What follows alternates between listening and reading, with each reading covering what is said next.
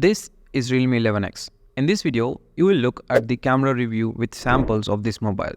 I started using this mobile for a while and testing the camera also. I clicked a lot of photos and recorded videos that too I'm going to review in this video. In the final part of the video, I share how was the overall camera performance of this Realme 11x. This mobile comes with two cameras at the back. The main one is a 64 megapixel one with an aperture f1.8, whereas the second one is a 2 megapixel with an aperture of f2.4. That is only a depth camera. Starting with the photos, you can click one photo in three ways. One is with 1x or 2x zoom, the second one with turning on or off HDR, the third is with AI turned on or off.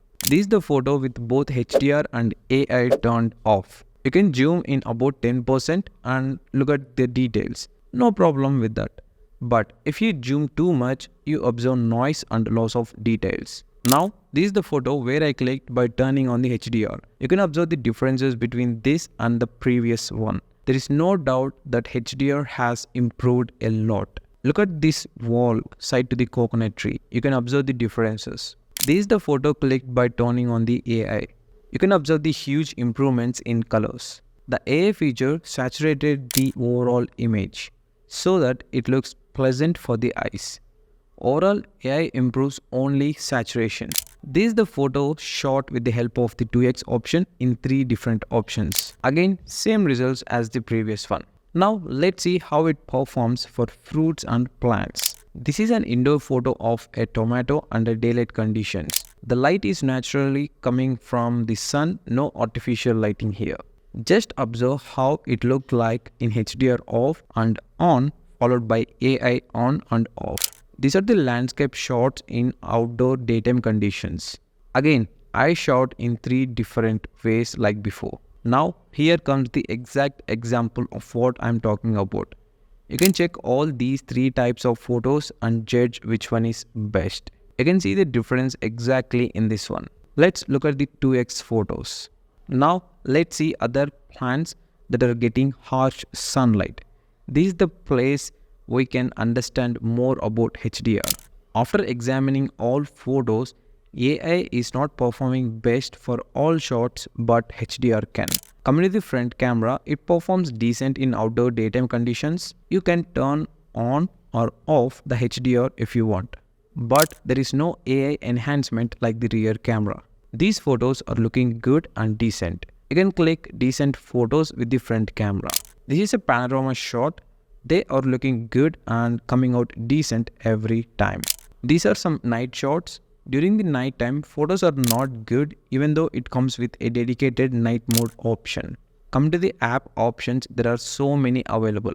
Now let's talk about this 64 megapixel photo and look at the differences. If we observe this size, it's 23.8 MB for a single photo. If we compare it with AI enhancement on, the photo is 4.09 MB. Let's see side by side how it differs in detail. On the left, it's a 64 megapixel photo and on the right, it's a normal one. Let's zoom in and observe any differences are there in details. Some differences are there and those are very minor. We don't compare photos that much in everyday life, that too for every photo that clicked. One more thing, there is a street photography option is there in the camera where you can adjust the focal length and aperture value.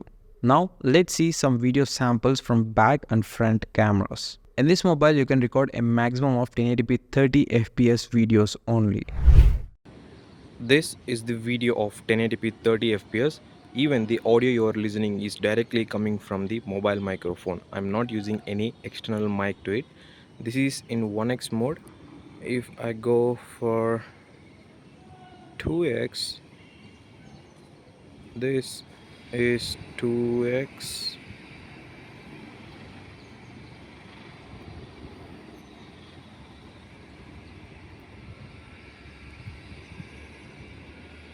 The zoom is so smooth in this mobile. This is 2x and you can crank up to all the way 10x in this one.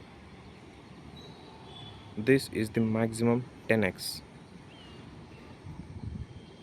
The zoom is so smooth in this one. I really like this. This is the video coming from the front facing camera in 1080p 30 fps, and the audio is also directly from the mic. I'm facing towards the sun, that's why my eyes are closing. If I turn back, yeah, it's pretty good, and you can see how the colors and everything looking in this mobile, even the audio too.